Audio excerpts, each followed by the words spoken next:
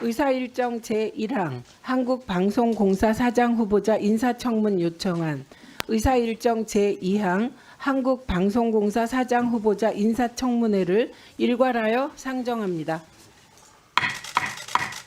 한국방송공사 사장 후보자에 대한 인사청문회를 계속하겠습니다. 오늘 회의는 국회 방송에서 생중계 중임을 알려드립니다. 위원님들께서 질의하실 순서입니다. 질의 순서에 따라 주질의는 7분으로 하겠습니다. 질의 시간에는 후보자의 답변 시간도 포함되며 원활한 회의 진행을 위해서 발언 시간을 준수해 주시길 바랍니다. 어제 다 하셨잖아요. 시작하겠습니다. 뭐 어제 안 계셨잖아요. 저 주세요. 아니요. 질의 순서 주세요. 아니 그러면 1번이 누구죠? 정동영 의원님이 아니고 한민수 의원님 아니고 이정원 의원님? 이훈기 아니 그 본래로 돌아갔어요.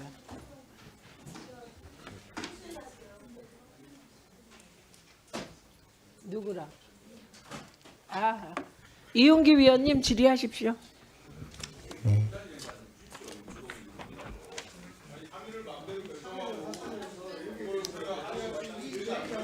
이훈기 위원님 질의하십시오.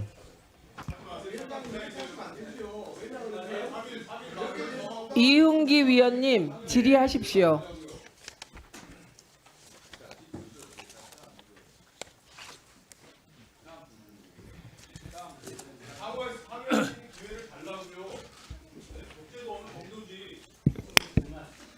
이훈기 위원님 예. 질의하십시오. 예, 저 인천 남동을의 이용기 의원입니다. 좀 조용해 주세요.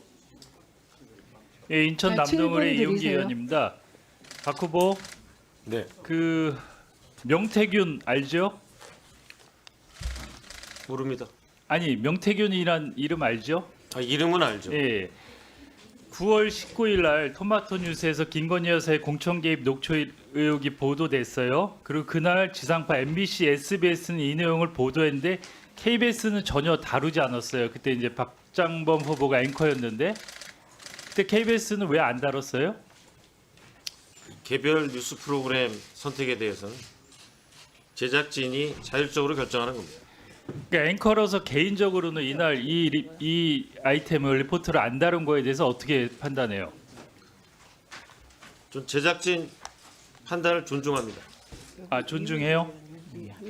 그리고 10월 15일 날 소위 말하는 이제 오빠 카톡이 공개된 날이에요. 10월 15일 날. 그날 KBS 박장범 앵커가 진행한 KBS 뉴스나인은 10번째, 11번째 리포트로 다뤘어요. 그렇죠? 앵커 멘트 이날 직접 쓰셨나요? 수정을 했나요? 저 부분은 제가 앵커 멘트를 했는지 큐시트를 확인해 봐야 되겠습니다. KBS는 큐시트를 누구까지 공유해? 보도 정보의 기자들이 다 공유하게 돼 있나요? 큐시트? 뉴스나인 큐시트? 제가 알기로는 모든 기자들이 다 볼 수 있습니다. 모든 기자들 다 보죠. 그날 MBC는 탑뉴스에서 리포트 5꼭지 했어요. 오빠 카톡 나온 날. SBS는 세 번째로 해서 5, 6 리포트 3개 다루고. 근데 KBS는 이날 왜 이렇게 배치를 했어요? 자기 권한이 아니라 뭐 얘기를 못 하겠나요? 제 권한 여부를 떠나서 예. 뉴스 보도는 제작진이 자율적으로 알아서 그러니까 판단하는 겁니다. 30년 기자 생활을 했는데 이게 뉴스 밸류가 없다고 생각해요?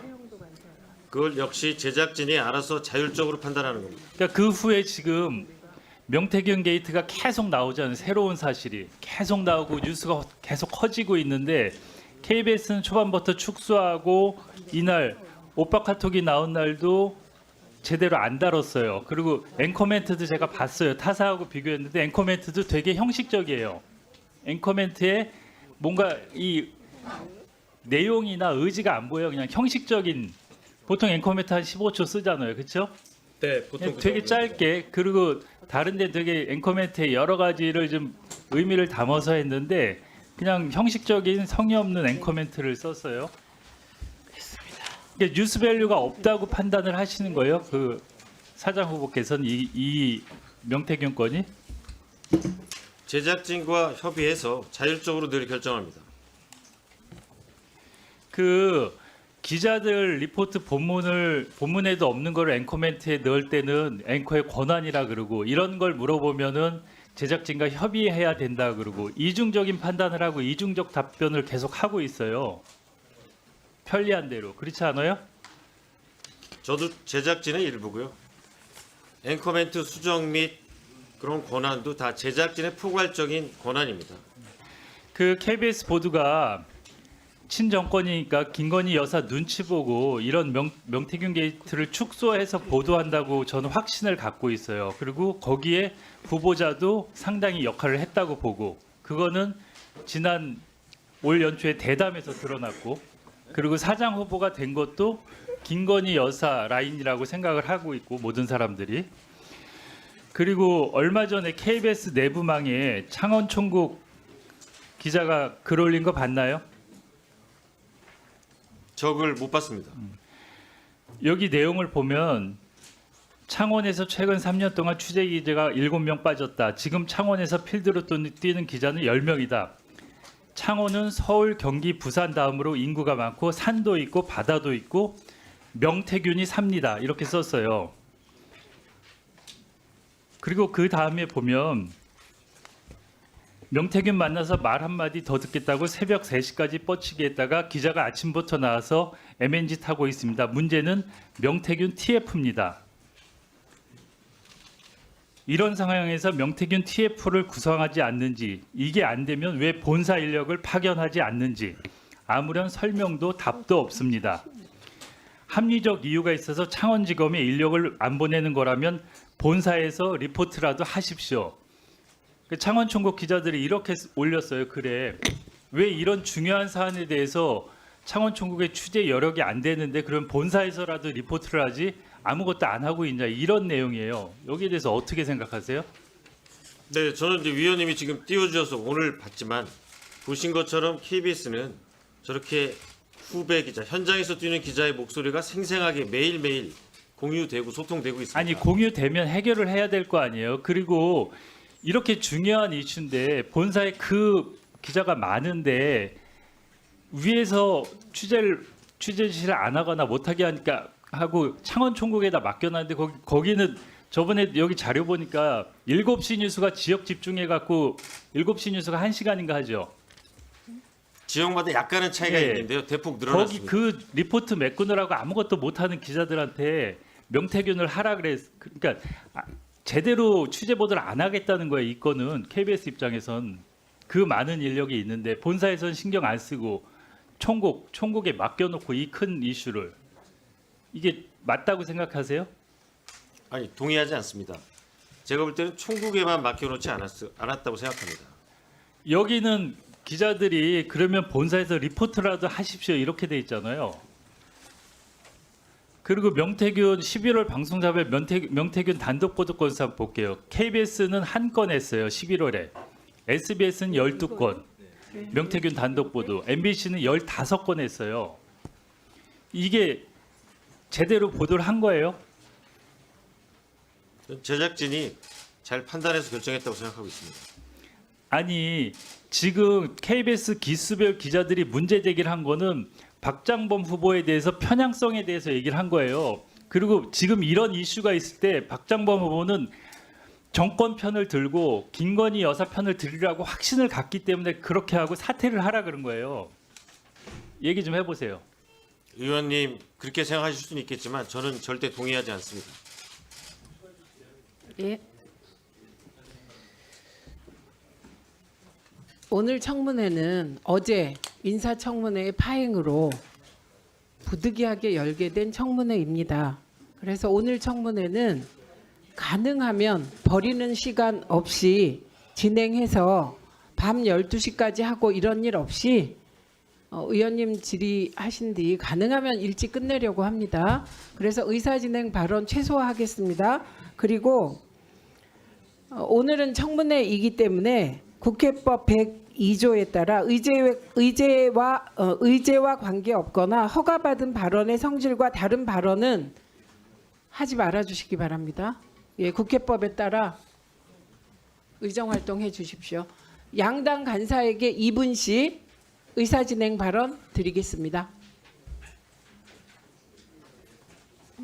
예, 여당 간사 최영두입니다. 어제 밤 9시에 기습적으로 KBS 사장 청문회를 사흘 연장하는 의결을 강행 처리했습니다. 민주당 야당 단독으로. 이 국민들이 놀랄 일입니다. KBS 사장 청문회를 3일 한다니 이거 해외 뉴스감입니다. 그래서 저희들이 반대를 했고 어제 퇴장했습니다. 퇴장해서 할 수 없다. 오늘 아침에도 들어올 수 없다는 입장이었지만 지금 굉장히 여러 가지 시한이 급박합니다. 첫 번째 오늘은 KBS 사장 청문회 인사 보고서를 채택해야 될 날입니다. 이 점을 야당 의원님들이 잊지 않으셨으면 좋겠고 두 번째 또 하나는 우리 과기 소위 지금 법안 소위가 많이 밀려 있습니다. 오늘 오후 2시에 과기 소위가 예정되어 있다는 점 명심하셔야 됩니다. 그리고 오늘 또 중요한 과학기술정보방송통신위에 대한 법안 상정이 있습니다. 그걸 당초에 10시에 할 것으로 기대했는데 11시에 예정되어 있기 때문에 우리가 이 중요한 법안 상정에 참여하기 위해서 참여했고 오늘 예산안 또 심사 의결이 있습니다. 이 예산안에 대해서 여당의 입장 또 국민의 입장, 정부의 입장을 확실히 밝히기 위해서 지금 청문회가 진행되는 이 시간에 먼저 입장을 했습니다. 무엇보다도 지금 청문회를 총리도 이틀합니다. 근데 지난번에 방통위원장 때 무슨 체력 검정하시 3일 하는 게 이게 하나의 관행이 돼가지고 지금 이제 KBS 사장까지 사활 한다는 것은 이것은 절대로 용납돼서는 안 될 일입니다. 지금 뭐 짬을 이용해서 잠시 한다는 것은 또 말이 안 되는 이야기지만 어쨌거나 오전 중에 모든 것이 마무리되어서 빨리 과기 소위 활동에 또 법안 심사 소위 활동에 집중했으면 좋겠습니다. 지금 AI 기본법, 이공계 지원 특별법 같은 시급한 법안 심사가 첩첩이 쌓여 있습니다. 우리 야당 의원님들 잘 아실 겁니다. 이런 부분에 더욱 집중해야 된다고 생각을 합니다. 김영 간사님, AI 법안 소위 언제 계획돼 있나요? 그것만 좀 말씀해 주세요. 그 국회 활동하면서 본인의 소임을 다하는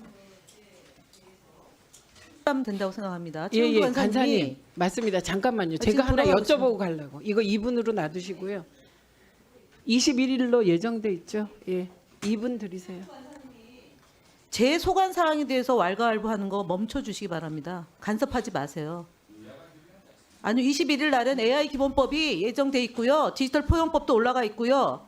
단통법 폐지 법안도 예정돼 있습니다. 21일 10시부터 충실하게 논의할 테니까 간섭하지 마십시오. 간섭하지 마십시오. 하라 마라 하지 마십시오. 알아서 합니다. 그리고 알아서 안 한 적 없습니다. 끼지 마십시오.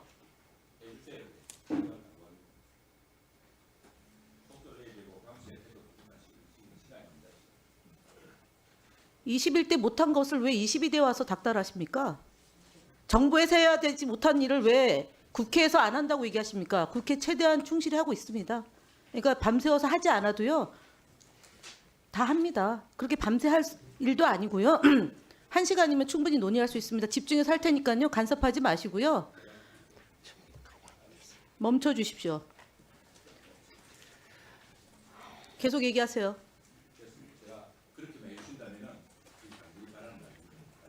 아니, 마치 전유물이처럼 하지 마십시오. AI가 최영두 간사님이나 여당의 전유물이 아니고요. 국민의 인권과 민주주의의 신장, 경제를 높이기 위해서 AI 기본법 제정한다고 이미 공언한 바 있고요. 최민희 위원장님도 정기국회 안에 하기 위한 노력을 하겠다라고 이미 얘기했습니다. 그러니까 AI 기본법을 논의하지 않는다, 디지털 포용법에 대해서 논의하지 않는다 이런 얘기 해서 여론을 곡해하지 마십시오. 그리고요. 위원회 활동 기간 국회 인사청문회법 제9조 위원회 활동 기간은 위원회는 임명 동의안 등이 해부된 날로부터 15일 이내에 인사청문을 마치되 인사청문회 기간은 3일 이내로 한다. 다만 부득이한 사유로 헌법재판소 재판관 등의 후보자에 대한 인사청문회를 그 기간 이내에 마치지 못하면 제6조 제3번 규정에 의하여 기간이 정해진 때에는 그 연장된 기간 이내에 인사청문을 마쳐야 한다. 이렇게 돼 있습니다. 3일 이내에 하고 그리고 법의 절차에 따라서 진행했다라는 거고요. 그리고 표결에 따라 민주주의 최대 가치인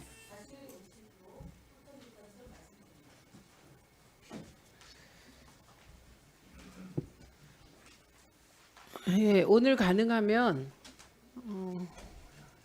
청문회를 빨리 끝내고 인사청문 보고서 채택과 관하여 논의할 수 있기를 기대합니다. 그래서 어떠한 경우에도 파행은 없다는 점을 말씀드립니다.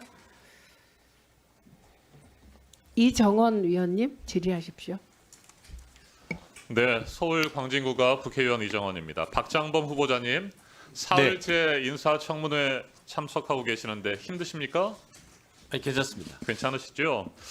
기자 시절에 뭐 저나 후보자님이나 취재나 뉴스를 진행할 때 지켜보던 인사청문회가 많이 있었는데 좀 다른 것 같습니까? 어떻습니까? 그 자리에 앉으시니까 제가 취재할 때랑은 전혀 다릅니다. 전혀 다른 것 같습니까? 어떤 게 가장 큰 차이가 있는 것 같아요? 이제 위원님들 말씀을 계속 집중해서 또 들어야 되고 네, 대답도 잘 잘 해야 되는 거죠. 전혀 다른 네, 거죠. 대한민국을 대표하는 공영방송의 사장이 되겠다는 분이기 때문에 철저하게 검증을 받으셔야 되는 겁니다.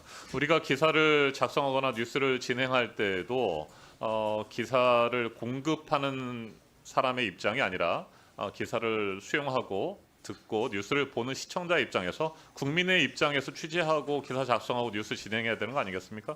마찬가지라고 생각합니다. 이번 청문회도 국민들에게 철저하게 KBS 사장이 되겠다는 분의 자질과 능력을 보여주셔야 되는데 그렇지 못하기 때문에 이틀 동안 제대로 보여주시지 못했기 때문에 이렇게 사흘째 하는 겁니다. 근본적인 질문을 하나 드려보도록 하겠습니다. 30년 전에 기자가 되신 이유가 뭡니까? 어떤 사명, 뭐 시대 소명 이런 것들이 좀 있으셨습니까? 기자가 되려고 결정했을 때? 네네, 아마 이 존경하는 이 의원님과 비슷한 각오로 기자 생활을 시작하지 않았나 생각합니다. 네, 세상을 바꾸고 가난하고 힘들고 병들고 약한 사람들에게 힘이 되겠다, 힘이 되고 싶다라는 생각으로 저는 기자 생활을 시작했는데 박 후보자님도 마찬가지라고 저는 믿습니다. 그렇게 믿고 싶습니다. 그런데 현재 박 후보자를 평가하는 사람들의 이야기들을 들어보면 우리가 그렇게 꿈꿨던 언론인의 길을 과연 제대로 걸어왔을까? 그리고 지금 그런 모습일까라고 하는 의구심을 갖기에 충분합니다. 권력 앞에 진실을 외면하고 편파적인 앵커다라고 하는 이미지를 지을 수가 없습니다. 권력 앞에 고개 숙이고 언론의 사명을 잊지는 않았나라고 하는 질문들을 계속 받게 되는데 거기에 대해서 답변하실 시간을 좀 드려보도록 하겠습니다. 시간 주셔서 감사합니다. 네. 이 의원님도 기자와 앵커를 하셨기에 잘 아시겠지만 사실 겉에서 보면 앵커가 화려해 보일지 몰라도 방송이 끝나고 나가고 저희가 기사가 나가면 온갖 이 비난과 비평 고스란히 기자와 앵커에게 쏟아지지 않습니까? 네. 그 진영 논리 속에서 더 그런 현상은 심해진 것 같고요. 그것 또한 직업인으로서 숙명이라고 생각합니다. 네, 감수해야 되는 것이죠. 네. 그래서 어제도 제가 말씀드렸습니다만 파우치 박이라고 하는 별명을 얻게 된 박장범 후보자를 보면서 저는 참 씁쓸하기도 하고 안타까운 마음도 분명히 있습니다. 그리고 조금은 박 후보자가 억울할 수도 있겠다는 생각이 듭니다. 왜 그러느냐면 대한민국 공영방송을 완전히 장악해버린 윤석열 정권 대통령실이 박민 KBS와 철저하게 기획하고 조율하고 그리고 사후에 녹화 이후에 편집해서 방송한 것이 KBS 특별대담 대통령실을 가다라고 하는 프로그램이기 때문입니다. 박장범 후보자가 앵커로서 제 역할을 하지 못한 것도 분명히 비판받아야 마땅하고 그 책임자로서 함께 참여했기 때문에 책임의 그 무게가 결코 가볍지 않다고 생각합니다. 하지만 사전 녹화 대담으로 결정하고 이걸 좌지우지하기 위해서 또 대통령이 하고 싶은 말을 다 할 수 있도록 만들어버린 박민 KBS 그리고 대통령실 모두 정말 비난받아야 한다고 생각합니다. 포장하고 쉴드 쳐주는데 급급했던 거 아니겠습니까? 자, 박장범 후보자가 KBS 앵커가 되고 나서 보도 공정성 훼손 대표적인 사례들 4가지를 꼽아서 앵커 브리핑, 앵커 리포트를 하셨었죠? 기억나십니까? 제가 선택한 건 아니고요. 네. 회사 경영진이 이 국민께 드리는 일종의 신문으로 말하면 사고의 형식으로 대국민 사과를 한 내용을 9시 뉴스에 그렇죠. 맞습니다. 그러니까 박장범 후보자가 직접 그 기사를 작성한 건 아니었죠? 누가 작성했습니까? 그 4개의 사과하는 아이템을 선정하는 거 말씀하시는 거예요? 아이템 선정과 기사 작성은 누가 했습니까? 통상 이제 회사의 입장을 대변하는 형식의 사과문이 나올 네. 때는 경영진이 회의를 통해서 결정을 하죠. 나오는 걸로 알고 있습니다. 그런데 이제 보통 우리가 기사를 쓸 때는 보도 정보 시스템에 들어가서 기사를 작성하고 데스킹 과정을 거치게 됩니다. 누가 기사를 썼고 누가 데스킹을 했는지 정확하게 나오는데 당시에 앵커 브리핑의 경우에 누가 작성했는지도 불투명하고 전혀 알려지지 않았습니다. 그리고 그 기사가 그날 뉴스 구에 잡힌 그 경위에 대해서 사람들은 잘 모르고 있어요. 저녁 편집회의 때 갑자기 끼어들었다라고 하는 얘기들도 있는데 그렇지 않습니까? 구체적인 제작 과정을 밝힐 수는 없지만 이거는 이 통상의 뉴스 리포트가 아니라 KBS의 입장을 시청자께 알려드리는 일종의 사고의 형태였기 네. 때문에 통상적인 제작 절차와는 달랐던 걸로 알고 있습니다. 네.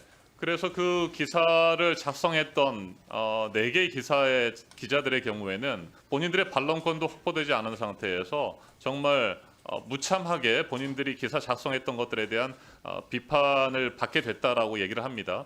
그 문제가 있는 보도에 대해서는 사후에 뭐 정정을 하거나 사과를 할 수도 있겠습니다만 이미 4가지 그 기사 중에서 3건에 대해서는 KBS가 공식적으로 사과하고 해명했던 사안들 아니었습니까? 네, 뭐 그 다음 날 사과한 것도 있었고요. 네네. 좀 지나서 사과한 경우도 있었습니다. 그런데 그 4가지 기사가 편파적이었다고 보세요? 제가 뭐 개인적으로 답변할 입장은 아니고요. 회사 경영진이 판단해서 대국민 약속의 형태로 전달됐다는 것만 말씀드리겠습니다. 네. 그 편파의 기준이 뭐가 있을까요? 우리가 기사를 작성하거나 데스킹하거나 평가할 때? 네, 공정하다고 느끼는 게 서로 다르듯이 편파적이라고 느끼는 것도 서로 이 사람마다 다르다고 생각합니다. 네. 그런데 요즘 KBS를 보는 시청자들은 어떻게 생각하느냐면요. KBS가 현재 편파적이라고 판단하는 그 기준이 용산의 뜻에 따르지 않거나 용산을 공격하거나 용산을 지키지 않거나 이런 그 사람들이나 이런 기사들에 대해서 편파적이라고 하는 잣대를 들이댄다라고 얘기를 하고 있습니다. 이 점 명심하셔야 될 것 같습니다. 네, 감사합니다. 국회법 제102조 의제외 발언 금지에 따라 제가 의제외 발언을 하지 말라고 얘기했습니다. 그런데 박정훈 위원은 국회법 102조를 어겼으므로 국회법 145조에 따라 1차 경고합니다. 여기는 박장범 후보자 청문회장이지 여당이 김건희 방탄을 위하여 윤석열 방탄을 위하여 야당 의원의 질의를 폄훼하고 야당 의원 전체를 매도하는 자리가 아닙니다. 이것은 야당 의원 또한 똑같습니다. 박장범 청문회에 집중해 주십시오. 그리고 이후에 모두에게 말씀드립니다. 국회법 102조에 따라 박장범 후보자를 청문해 주시기 바랍니다. 만약에 그게 지켜지지 않으면 1차 경고 145조에 따라 드렸고요. 이 이후에 똑같은 북한식 인민재판 운운하고 말도 안 되는 선전선동을 하실 때에는 질서 유지권을 발동하겠다는 점을 말씀드립니다. 황정아 위원님 질의하십시오. 네. 대전 유성을 황정아 의원입니다. 네. 지금 저희는 공영방송 사장 후보자의 자질과 도덕성 검증하기 위해서 청문을 하기 위해서 이 청문회를 하고 있습니다. 저를 포함해서 많은 야당 의원들이 지금 몇 주 동안이나 의원님들과 보좌진들이 청문회 자료를 준비해 왔습니다. 네, 상대 당 대표를 공격하는 것을 시간을 그렇게 할애하지 마시고 청문을 좀 해주시면 좋겠습니다. 제발. 박장범 후보자님, 어제 그제 제가 이제 국세청에 추가적인 불법 인적 부당 공제가 있으면 세금 추가 납부하시겠다고 말씀하셨습니다. 맞죠? 네. 국세청에서 지금 계산 중이라고 하셨는데 맞습니까? 네. 네. 국민 앞에서 생방송으로 약속한 행동이니까 꼭 지키셔야 합니다. 예. 국세청이 만약에 5년 이전 거라서 못 받는다 그러면 어떻게 하시겠습니까? 기부라도 하시겠습니까? 가정을 전제로는 대답 드릴 수 없습니다. 못 받는다고 하면 기부라도 하십시오. 이게 제가 계속 이런 질문하니까 답답하실 겁니다. 근데 본인이 거짓말로 이렇게 상황을 모면하려고만 하니 제가 계속 확인하는 것입니다. 나중에 또 무슨 말장난으로 책임을 회피하지 못하도록 기록에 확실하게 남기는 겁니다. 대통령 대담 촬영본도 제출을 못하겠다. 배우자 소득 자료마저 성인이니까 안 주겠다. 법인카드 자료는 평기자는 준 적이 없으니까 열람도 안 시켜주겠다. 이러니까 인사청문회를 3일째 하고 있는 겁니다. 인사청문회만 넘겼다고 끝이 아닙니다. 끝까지 책임을 묻겠습니다. 허투루 넘어갈 거라고 생각하지 마시고요. 인사청문회가 아직 진행 중인데 내부 구성원들이 반대 성명서를 발표했습니다. 성명서 혹시 읽어보셨습니까? 못 읽어봤습니다. 같이 일한 동료들이 인사청문회가 끝나기도 전에 후보자를 질타했어요. 저는 이 정도면 본인 스스로 거취를 결정해야 된다고 봅니다. 국민들께서는 공영방송 KBS의 신뢰도를 쪼만한 놓고 갔다. 윤비어천가로 처참히 무너뜨린 당사자가 사장 자리를 맡는 것을 보면 한편의 코미디를 보시는 듯 할 겁니다. 국민들께서 겉으로는 실소를 짓고 있으시겠지만 속은 분노에 타들어가실 겁니다. 후보자가 몸을 담은 KBS 구성원들의 의견이 고스란히 담겨있는 성명서 내용 제가 기록으로 남기겠습니다. 박정범 후보자에게 압으로 사장직을 보훈받았다라는 꼬리표는 절대 지워지지 않을 것입니다. 파우치 박장범은 여기 나와 있습니다. 성명서 내용이에요. 파우치 박장범은 뻔뻔한 태도로 일관했다. 디올백을 조그마한 백 파우치라 축소하고 명백히 받은 것을 누군가가 놓고 갔다. 며 김건희 여사를 정치공작 희생자라고 포장해놓고 의도가 없었다고 주장하는 게 말이 되는가? 이 답변에 수긍하는 국민이 얼마나 되겠는가? 그리고 부부싸움 하셨어요? 라는 발언과 관련해서는 국민 모두를 화나게 해놓고 무슨 재밌는 질문 운운하는 건가? 파우치 박장범은 전 국민 가운데 단 한 명만을 웃기기 위해 질문을 던진 것은 아닌가? 윤석열 대통령의 사과 의사를 묻는 질문을 했다고 주장하지만 위원들이 위증이라고 지적하자 착각했다며 말을 바꾸고 사과까지 하는 참극이 벌어졌다. 또 자신이 근무 시간에 주식 매매를 해놓고도 모른다고 잡아떼며 배우자 핑계를 대다가 차명 거래 의혹이 제기되자 그제서야 아내가 추천한 종목을 산 거라 말을 바꿨다. 공영방송 KBS를 어떻게 믿고 볼 수 있는 국민의 방송으로 되살리고 어떻게 국민들이 효능감을 느끼게 할지에 대해 깊은 고민이나 비전은 전혀 찾아볼 수 없었다. 이런 사람이 공영방송 사장 후보라는 게 참혹할 뿐이다. 파우치 박장범 당신이 공영방송을 운영할 자격이 있는가?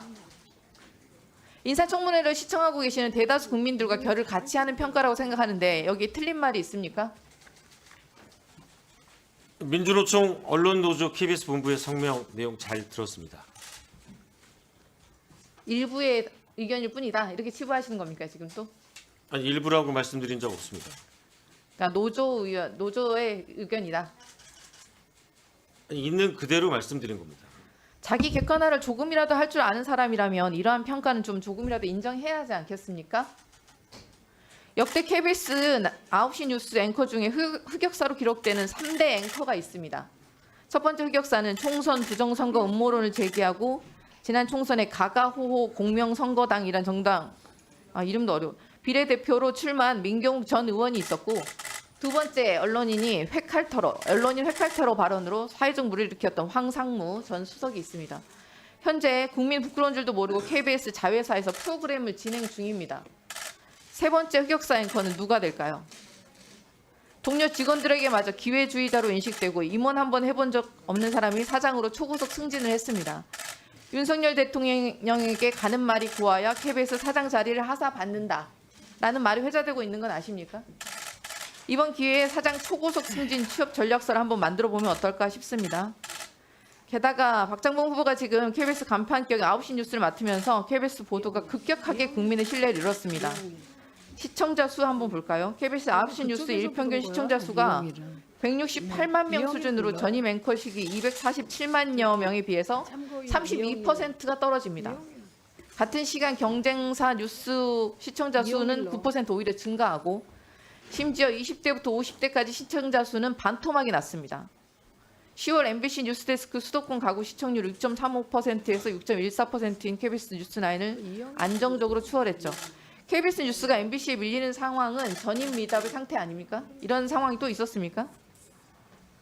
본인 때문에 KBS가 지금 경쟁사의 시청률을 역전당했는데도 책임지는 자세를 보이지 않고 원래 떨어지던 것들 내가 다시 다 되돌려 놓았다?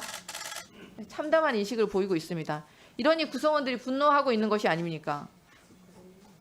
박 후보자, KBS 구성원 18기부터 50기까지 선배, 동기, 후배 가리지 않고 후보자 사장 임명을 전부 반대하고 있습니다. 뼈아픈 대목은 박장봉 후보가 소속되는 그 보도본부 495명의 필드 기자가 절대 거부 의사를 밝히고 있다는 것입니다. 한 식구들에게 이런 대접 받으시는데 어떤 기분 드십니까? 그들의 의견은 잘 경청하겠습니다. 18기부터 50기까지 임명 반대 릴레이 설명서 발표했는데 그 성명서 꼼꼼히 읽어보셨나요? 네, 잘 읽었습니다. 그들의 성명서들 한마디로 요약하면 KBS 뉴스 앵커로서도 결격인 사람이 KBS를 이끄는 리더가 되는 것은 더욱 부적절하다입니다. KBS 근무기간 30년인데 이렇게 식구들한테도 인정 못 받는 사람이 어떻게 사장을 하겠다고 나섭니까? 박장원 주장은 비료 진단 라이브로 복귀하는 게 맞습니다.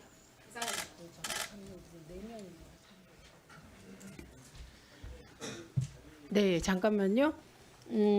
지금 저희가 오늘 자발적 참고인이 출석하겠다고 연락이 왔습니다. 그래서 의결을 하려고 하였으나 여당 간사께서 여당 쪽에서도 한 명 부르겠다고 해서 지금 합의된 분이 이영일님 어제 증인으로 나왔던 그리고 저희에게 오겠다는 기자 한 분 그리고 나머지 한 분이 아직 협의가 안 됐습니다. 그래서 그 두 분 협의되는 대로 의결하도록 하겠습니다. 그리고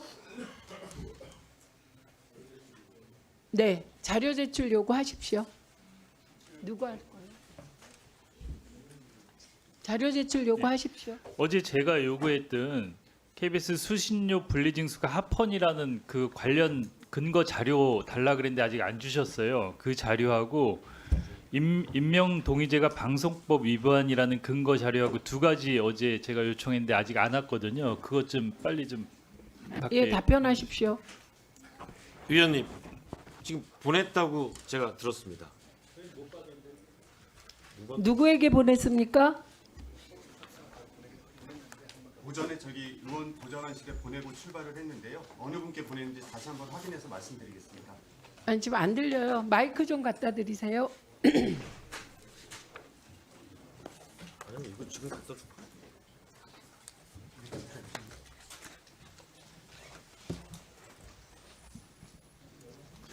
네, 오전에 의원 보좌관실에 자료 제공해드리고 저희가 출발했고요. 어느 분께 제공해드렸는지 확인해서 다시 한번 말씀드리겠습니다. 제가 조금 전에 질의하고 저희 보좌진한테 확인했는데 못 받았다고 허승 그랬는데 보좌관께 그럼 보내드릴게요. 우리 두 명부터 하겠습니다. 확인해 보겠습니다.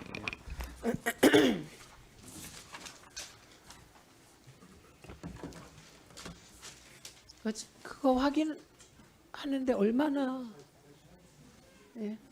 그거 확인하시고요. 그리고 또 하나 자료가 한민수 위원님 요청하신 자료가 있었습니다. 예, 그 자료는 어떻게 됐습니까? 기억하시죠? 그 대담 관련하여 실무적으로 주고받은 내용, 형식은 이메일이든 뭐 메시지든 카톡이든 예. 네. 실무적으로 협의한 내용. 그 부분은 저희가 이제 제작 과정에서 네. 실무적으로 오간 내용이 밝혀진 외부로 나간 적이 한 번도 없고요. 제작 자율성을 침해하는 사안이라고 생각했기 때문에 그 자료를 제공해 드릴 수 없습니다. 일단 실무적으로 용산 쪽과 협의는 했다는 얘기네요. 프로그램을 만들려면 협의를 해야 예, 돼요. 협의는 했다는 얘기네요. 예, 그냥 짧게 답하시면 되는데요. 별 의도 없이 물어본 거예요. 실무적 협의는 했다. 네. 예, 그런데 그 협의 내용은 줄 수 없다. 예, 한민수 의원님 1분 드리겠습니다. 아니 협의를 했으면 구체적으로 그 내용이 무엇을 협의했다가 진짜 무슨 뭐 내부 기밀 같으면 그건 안 주더라도 몇 월 며칠 날 무슨 안건으로 논의를 했다. 지금 협의했다는 거 아닙니까? 근데 왜 그걸 공개를 못 하죠? 그게 왜 기밀이 됩니까? 그게 무슨 내부 자료가 됩니까? 아니 어느 방송사하고 어느 역대 대통령하고 논의 당연히 되잖아요. 그리고 1차 사전협의도 갔다 왔다면서요.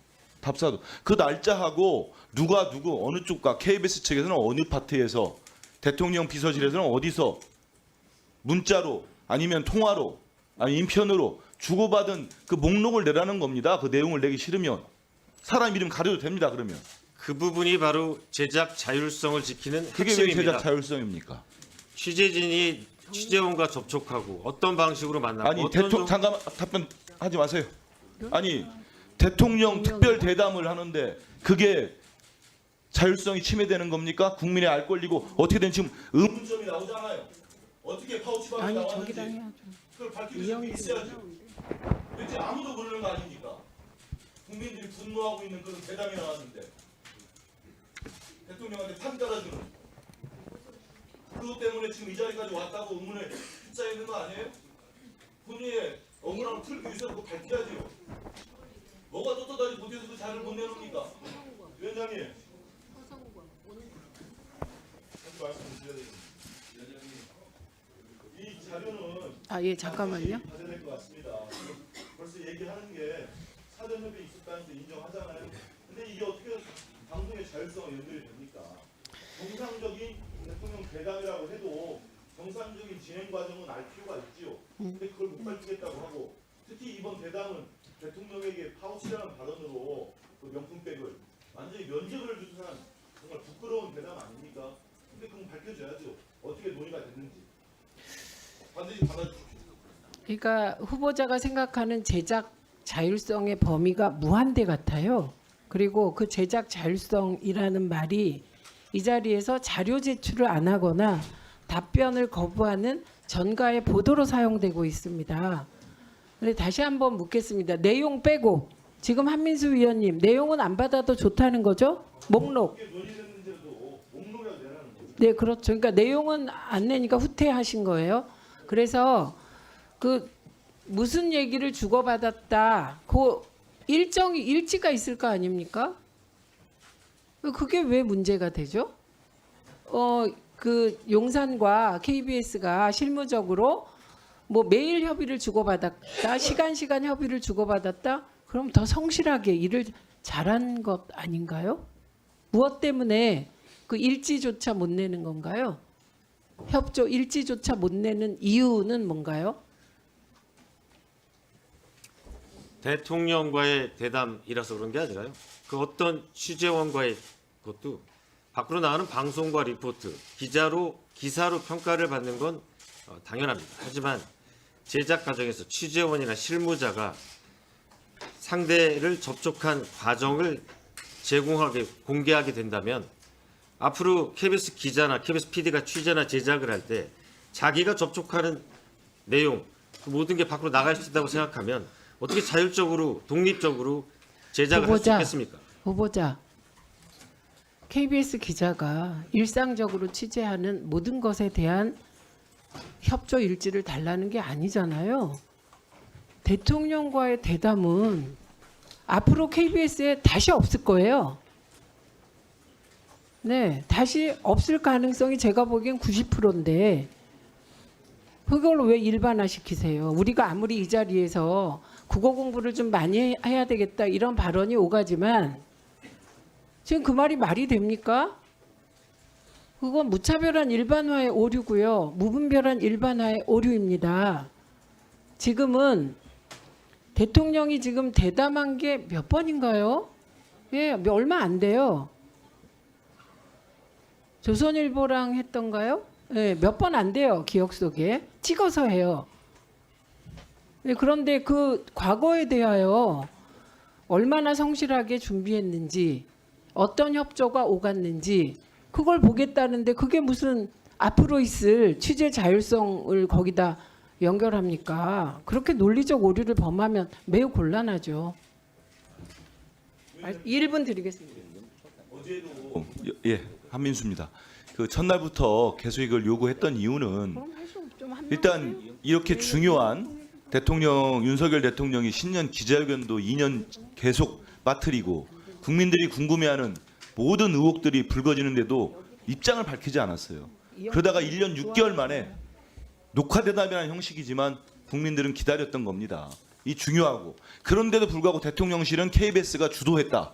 KBS가 모든 기획부터 모든 걸 주도했다고 했어요. 그리고 박장문 후보 측에서도 인정하지 않았습니까? KBS 측에서 했고 그다음 각 부서에서 질문도 취합했고 그런데 그런 과정들 말은 있는데 전혀 문서나 이런 거 증명된 게 없어요. 주도를 했다면 KBS 측에서 어떤 식으로 주도하기 위해서 녹화는 언제부터 언제까지 하기로 했다고 연락을 했을 거 아닙니까? 그 구체적 내용을 빼더라도 일지라도 달라는 거예요. 어느 측하고 접촉했는지. 그게 어떻게 자율성을 침해합니까? 그 궤변하지 마시고 이거 내놓으세요. 안 주면은 분명한 불투명한 뭐가 있다고 의심할 수밖에 없습니다. 네, 됐습니까?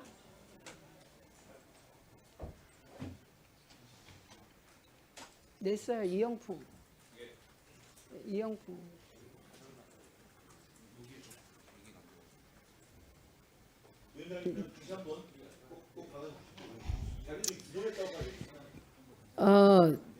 저 꼭 받고 싶습니다. 저도. 그리고 이것을 제출하는 것이 박장범 후보자나 KBS에도 좋을 것 같습니다. 신뢰도가 높아질 것 같습니다. 근데 보시다시피 국회가 힘이 없습니다. 그리고 상임위원장은 더 힘이 없습니다. 온갖 조롱과 멸시를 당해도 진행을 위해 참고 있잖아요.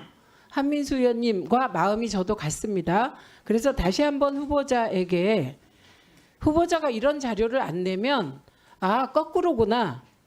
이건 김건희 라인이 일방적으로 지시하고 파우치도 김건희 씨가 직접 만들어줬구나. 이런 의심이 생길 일이거든요. 그래서 내주시기 바랍니다. 다시 한번 의논해 보시죠. 그냥 김건희 라인에 전화해 보세요. 내도 되겠나. 이건 이 정도의 일이라고 생각합니다. 안 낼 이유가 없어요. 예, 지금 국민의힘 쪽에 참고인 요청이 있어서 지금 서류 정리를 하느라고 요 의결은 다음 질의 이후에 하도록 하겠습니다. 노정면 의원님 질의하십시오. 저도 그 자료 문제 때문에 네, 먼저 하십시오. 2분 먼저 드리세요. 또 연락 두절입니다. 지금 후보자와 그리고 또 청문 단장님이신가요? 뒤에 계신 분? 지금 국회를 가지고 노시는 건지 더 이상 자료 제출해서 이런 모욕 당하기 싫고요. 지금까지의 과정을 종합하면 국회 모욕죄를 물을 수밖에 없다는 결론에 이릅니다. 본인이 내겠다고 했던 자료를 낸다고 했다가 안 낸다고 했다가 알아본다고 했다가 어제도 이 시간대까지 오전 2시간 넘도록 2시간 한 30분 동안 연락이 두절됐다가 후보자가 이 장소에서 한마디 하니까 그제서야 연락이 되고 지금도 연락이 안 돼요. 어제 뭐 확인해 갖고 오늘 얘기한다 그랬잖아요. 그냥 국회 모욕죄로 고발해 주시기 바랍니다. 일단 질의하시고요. 청문회에 출석한 후보자에 대해서 국회 모욕죄가 적용될 수 있는지 제가 확인해 보겠습니다. 그 노정면 의원님 질의하시죠? 예, 7분 드리세요. 예, 시작하십시오. 여당에서 대통령에게 할 말을 했다는 그런 대목에서 화가 막 올라오다가 진정죄를 투여받은 듯이 마음이 좀 편안해지더라고요. 그 말을 누가 믿을까? 그리고 막 그러고 보니까 이게 평소에 우리 여당 의원님들 이렇게 말씀하시면 아, 참 말씀 잘하신다 이런 생각이 들다가도 오늘은 별로 멋있어 보이지 않았습니다. 검찰이 이런 입장이에요. 이 대표가 지시했거나 인지했다는 직접 증거가 없더라도 간접 사실과 정황 사실 등을 토대로 혐의를 입증하겠다. 뭐 이런 입장이 아니더라도 기소 단계에서 범죄를 특정하는 것은 저널리스트라면 하면 안 되죠. 검찰의 입장을 보도할 수는 있어도. 그런 점을 모르시지 않을 텐데 뭐 자범이라는 극한 표현까지 동원하는 상황을 이해하려고 노력해 보겠습니다. 만약에 그 논리라면 우리는 이미 대통령의 육성을 들었어요. 그럼 대통령을 향해서 자범이라고 할까요? 인증된 겁니까? 이거 덮으려고 우리 여당 의원들의 동료인 윤한홍 의원께서 명태균과 접촉했습니다. 거래를 지도했습니다. 회유했고 증거 인멸, 위증 교사 이 내용이 본인 입으로 확인됐어요. 특정 녹취를 틀어달라고 요구했다고 본인이 인정하는 보도가 어제 주요 방송사 메인 뉴스로 나온 거 모르십니까? 그럼 윤한홍 의원은 자범입니까? 파렴치범입니까? 뭡니까? 그리고 한동훈 대표 당원 게시판에 딸과 부인과 장인 장모 등 동원해서 대통령을 향한 조롱과 모욕 등의 글을 게시했다는 의혹을 받고 있잖아요. 지금 의혹이잖아요. 사실관계 확인 안 됐잖아요. 그런데 이 상황에서 우리가 자범이라고 하면 그게 수긍이 되겠습니까? 제 질의 시간을 너무 많이 허비했습니다. 질의하겠습니다. 영상 먼저 보시겠습니다. 이 사안을 정치 공작이라고 부르면서 김건희 여사가 정치 공작의 희생자가 됐다라고 얘기를 하거든요. 동의하십니까? 시계에다가 이런 몰카까지 들고 와서 이런 걸 했기 때문에 공작이죠.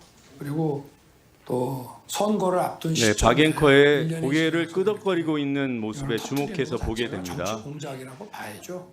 우리 어제 박정훈 의원님께서 이 질문에 문제가 있음을 아주 적확하게 지적을 하셨고 거기에 대한 답변을 하는 과정에서 야당에 대한 질문도 했다 이렇게 해서 이제 거짓말까지 드러나게 됐는데 앵커가 한쪽의 입장을 대리해서 물어볼 수 있죠. 그런데 답변할 때 고개를 끄덕이면 됩니까 안 됩니까? 안 되는 걸로 알고 계실 거예요. 모를 리가 없습니다. 왜? 공감의 표현이기 때문에 어떤 일방의 입장을 들을 때는 고개를 끄덕이면 안 된다는 것을 박장범 후보도 알고 저도 알고 우리 박정훈 의원님도 다 아십니다. 자, 백보양보해서 그랬다고 칩시다. 그 다음 질문에서 균형을 잡을 수 있나? 근데 본인이 그러셨잖아요. 안 했다고. 야당 입장을 안 물었다고. 자, 이런 상황을 종합해서 지금 생각은 어떠십니까? 이날의 진행에 편향성이 없었다고 보나요? 이 질문과 답변 이 과정으로 특정해서 여쭤볼게요. 간단하게 답해 주세요. 문제가 없었습니까? 제가 고개를 끄덕인 거는 통상 대담을 할 때 종합해서 말씀해 주세요. 수긍해서 고개를 끄덕인 건 아닙니다. 위원님들 말씀하실 때 야당 습관적으로- 입장 질문 안 한 건 잘하신 건가요?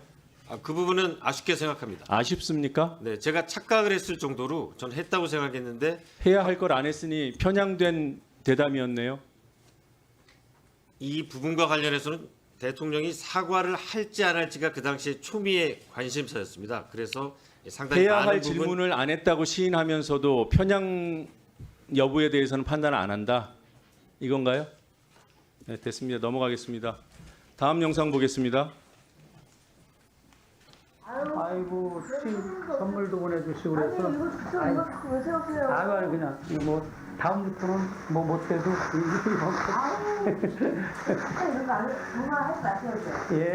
예, 스톱해 주세요. 세법사가 건- 네. 아유, 이걸 뭘 사오세요? 고맙다는 표현이잖아요. 이거를 놓고 가는 영상이라고, 놓고 가는 장면이라고 했습니다. 사과하실 용이 있습니까? 저 사람 없습니다. 네. 어느 그래야 통과된다고 보시겠죠. 네. 이게 누가 봐도 받는 장면인데 놓고 갔다고 일방적으로 놓고 갔다고 표현을 해놓고 그것도 시인을 못합니까? 자, 다음 PPT 보겠습니다. 네. 좀 저쪽에서 들은 거. 후보자는 보도 비평, 매체 비평의 중요성에 대해서 공감하시나요? 네, 이게 범죄에 자기와 부자기 범죄가 있듯이 왜곡 보도, 편향된 보도, 뭐 불공정 편향 보도에도 자기에 의한 편향, 부자기에 의한 불공정도 있다는 점도 이해하고 계시죠? 그 부분에 이해 못 하시나요? 네. 예. 네, 말씀하십시오. 이해를 못 하세요? 이해하고 있습니다. 네. 그래서 보통 이제 통상 왜곡 보도, 뭐 부실 보도 이런 것들은 보도는 했는데 문제가 있다라는 지적인 거고요. 보도 누락은 부작위에 의한 보도 편향, 불공정 보도의 전형적인 수법입니다. 그런데 뭐 보도 안 했다고 다 편향이라고 단정할 수는 없죠. 자, 이날 대담이 이루어질 때 묻지 않았던 것들이 있어요. 그리고 적극적으로 문제를 왜곡을 시킨 것도 있고, 지금은 자기에 의한 뭐 파우치 보도는 얘기 많이 했으니까 국민들이 이 사안에 대해서 첫 번째로 의아하게 생각한 것, 가장 먼저 이거는 너무 심각한 거 아니야라고 생각한 것, 그게 의전과 경호라고 딱 찍었어요. 우리 국민들이 그렇게 생각하던가요, 그 당시에? 의전과 경호가 명품백 사건으로 불리는 이 사안의 핵심이고 국민들께서 가장 의아해하고 가장 심각하게 생각하는 그 부분이었습니까? 여기까지만 답해주세요. 가장 중요한 의문점이라는 표현을 쓰지 않았고요. 가방 이슈로 들어가면서 첫 번째로 대통령 당선 이후에 영부인 신분일 텐데, 대통령 부인이라고 하죠. 대통령 부인 신분일 텐데 어떻게 보면은 이 몰래 카메라에 녹화가 된 상황 아니겠습니까? 그 얘기를 시작으로 해서 풀어간 것이고, 뭐 가장 중요하다는 뜻으로 얘기한 건 아닙니다. 오늘 읽으신 게 본인이 한 말이에요. 가장 먼저, 가장 심각하게. 첫 번째라고 했지 심각하게는 안 했습니다. 다시 띄워주세요. 길이가 끝나지 않으면 바꾸지 마십시오.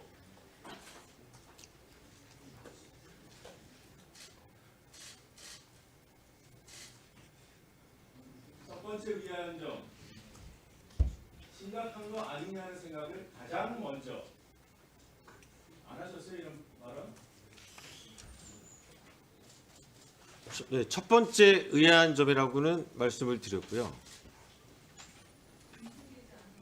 가장 먼저도 안 하셨어요? 가장 먼저 했다고 말씀드렸습니다.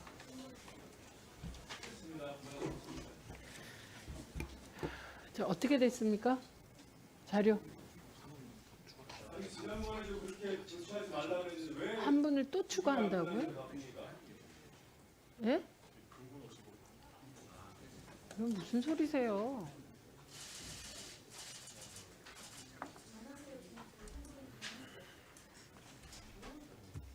자, 김영 간사님, 요 참고인에 관해서 지금 너무 많이 바뀌어서 제가 지금 정리를 못 하겠습니다. 아니 그러니까 그걸 최종 정리하시라고요. 명단을. 그러니까 지금 보시라고요. 보시고 정리하겠습니다.